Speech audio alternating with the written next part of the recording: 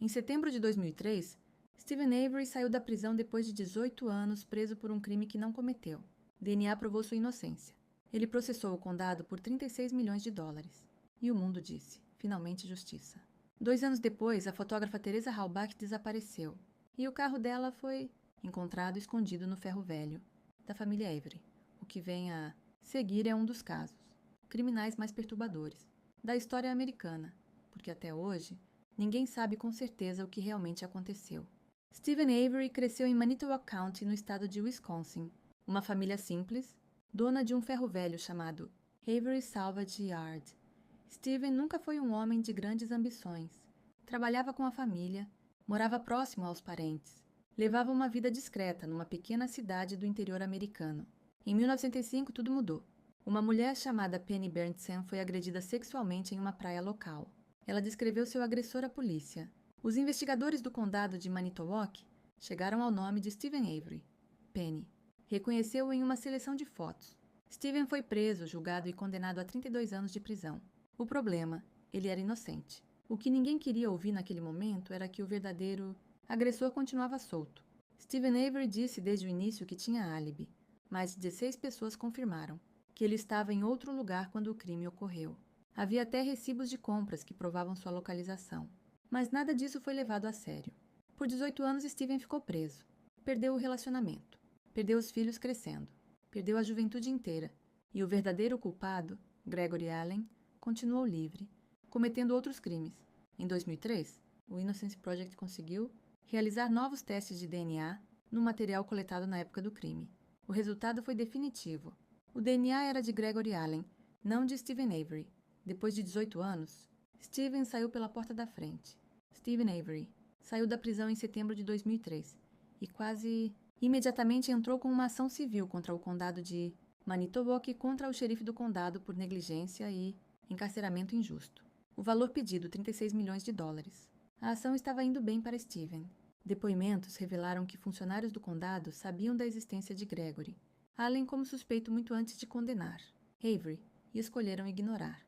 O condado estava em uma posição extremamente delicada. A vergonha pública era enorme. O pagamento financeiro inevitável. E então Teresa Halbach desapareceu. Em 31 de outubro de 2005, véspera de finados, Teresa Halbach, fotógrafa de 25 anos, saiu para fazer um trabalho de rotina. Fotografar veículos para uma revista de classificados. Um dos destinos era o ferro velho da família Avery, em Manitowoc. Ela nunca voltou para casa. Quando Teresa foi reportada como desaparecida, a investigação começou. E quase que imediatamente, as atenções se voltaram para Steven Avery. Ele havia sido o último compromisso, confirmado de Teresa naquele dia. Fez sentido investigá-lo, mas o que aconteceu a seguir levanta questões que os tribunais americanos debatem até hoje. Poucos dias após o desaparecimento, o carro de Teresa, um Toyota RAV4, foi encontrado, escondido no ferro velho da família Avery, coberto com ramos e uma chapa metálica. Dentro do carro, manchas de sangue. O DNA do sangue correspondia a Steven Avery. Na garagem de Steven, investigadores encontraram um fragmento de bala com DNA de Teresa Halbach. No quintal próximo à propriedade, restos de ossos humanos carbonizados. Nos barris de lixo da região, fragmentos da câmera e do celular de Teresa. A acusação tinha um caso aparentemente sólido. DNA no carro, bala na garagem, ossos queimados. E o sobrinho de Steven, Brendan Dassey, de apenas 16 anos, havia confessado. Em um interrogatório sem advogado presente, que participou do crime a mando do tio. As perguntas que não tinham resposta. A chave do RAV4 de Teresa foi encontrada no quarto de Steven, mas continha apenas o DNA dele, não o da própria Teresa, que usava aquela chave todos os dias. Como é possível? O sangue de Steven dentro do carro de Teresa tinha uma característica química associada ao uso de ETA, um preservante usado em amostras de sangue armazenadas em laboratório. Havia um frasco de sangue de Steven guardado como evidência do caso anterior, com uma perfuração suspeita na tampa. O fragmento de bala com DNA de Teresa só foi encontrado na quarta ou quinta varredura da garagem. Uma varredura em que investigadores do condado de Manitowoc participaram, os mesmos que eram réus na ação civil de Steven. A defesa de Steven argumentou que havia uma conspiração para plantio de evidências. A acusação disse que era a teoria da conspiração. O júri tinha que decidir. Brendan Dassey tinha 16 anos quando foi interrogado pela polícia. Sem advogado. sem um dos pais presente durante parte crucial do interrogatório. Com um QI abaixo da média, dificuldades de aprendizado e, segundo especialistas, altamente suscetível a sugestões externas. O vídeo do interrogatório é perturbador. Os investigadores guiam Brendan por uma narrativa detalhada do crime, e a cada sugestão dos detetives, Brendan concorda. Quando ele erra um detalhe, os investigadores o corrigem. Quando acerta, o elogiam. Os especialistas que analisaram o vídeo usaram uma expressão específica para descrever o que aconteceu. Confissão coagida? O que você acha que aconteceu com a cabeça dela? Os detetives perguntaram. Não sei, disse Brendan. Pense bem. Brendan ficou em silêncio. Ela foi atingida? Sim, disse Brendan. Brendan Dassey foi julgado separadamente. Condenado à prisão perpétua, com possibilidade de liberdade condicional, apenas em 2048, quando terá 59 anos. Ele tinha 17 anos quando recebeu a sentença. Em 2016, um juiz federal determinou que a confissão de Brendan havia sido coagida e ordenou sua libertação.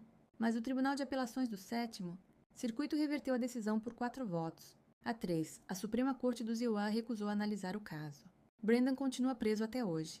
Se a confissão foi coagida, como 3 dos 7 juízes do Tribunal de Apelações reconheceram, por que Brendan ainda está preso? E se o crime realmente aconteceu como ele descreveu? Por que detalhes cruciais foram inseridos pelos próprios investigadores nas perguntas? Em dezembro de 2015, a Netflix lançou Making a Murderer, uma série documental em 10 episódios que acompanhou o caso por mais de 10 anos. As diretoras Laura Ricciardi e Moira Demos começaram a filmar em 2005, logo após a prisão de Steven. O impacto foi imediato. Mais de 100.000 pessoas assinaram uma petição pedindo a libertação de Avery Dassey. Acadêmicos de direito escreveram artigos sobre o caso. Advogados voluntários se ofereceram para ajudar. E o mundo inteiro começou a fazer a mesma pergunta. Foi ele? Após o sucesso da série, Steven Avery contratou Kathleen Zellner, uma das mais respeitadas advogadas de inocência dos Estados Unidos, famosa por ter inocentado 17 pessoas condenadas injustamente. Zellner acreditava poder provar que Steven foi armado. Ela realizou dezenas de testes forenses independentes. Comprou um carro idêntico ao de Teresa para reconstituir experimentos. Identificou o sobrinho de Steven, Bob Dassey, irmão de Brendan, como possível suspeito alternativo, baseada em histórico de buscas violentas no computador da família e em depoimentos de novas testemunhas. Em janeiro de 2025, o Tribunal de Apelações de Wisconsin rejeitou mais um recurso de Zellner, o terceiro, recusando-se a admitir as novas evidências sobre um possível terceiro suspeito. Steven Avery segue preso, sem possibilidade de liberdade condicional, na Fox Lake Correctional Institution. É importante ser honesto aqui. Nem todos os especialistas acreditam na inocência de Steven Avery, a quem analise as evidências e chegue a uma conclusão completamente diferente. A acusação apresentou DNA de Steven no carro de Teresa, um fragmento de bala com DNA dela na garagem dele, ossos humanos no quintal dele. E a confissão detalhada de Brendan, por mais controversa que tenha sido a forma como foi obtida, descrevendo eventos específicos dentro da propriedade de Steven. Promotores apontaram que a teoria do plantio de evidências exigiria uma conspiração de múltiplos agentes de diferentes jurisdições agindo de forma coordenada em questão de horas, sem qualquer comunicação registrada, sem que nenhum deles quebrasse o silêncio nos 20 anos seguintes. A confissão do preso desconhecido, em 2019, surgiu mais uma reviravolta. Sean Rash, diretor de uma série rival chamada Convicting a Murderer, anunciou que um presidiário de Wisconsin havia confessado ser o verdadeiro assassino de Teresa Halbach. O homem, identificado apenas como um criminoso condenado notório, teria feito a confissão durante as gravações do documentário. A confissão nunca foi corroborada publicamente pela justiça americana. O caso permanece oficialmente encerrado. Steven Avery está preso. Brendan Dassey também. Independentemente de Steven, Avery ser culpado ou inocente do assassinato de Teresa Halbach, o caso nos obriga a confrontar verdades desconfortáveis sobre o sistema de justiça. Um homem foi preso injustamente por 18 anos, por um crime que não cometeu, por um sistema que ignorou evidências em sentido contrário. Esse fato é indiscutível. O próprio sistema admitiu. Depois, quando esse mesmo homem processou o sistema por 36 milhões de dólares, o corpo investigativo que ele estava processando tornou-se o principal investigador do crime, pelo qual ele seria acusado. Isso também é indiscutível.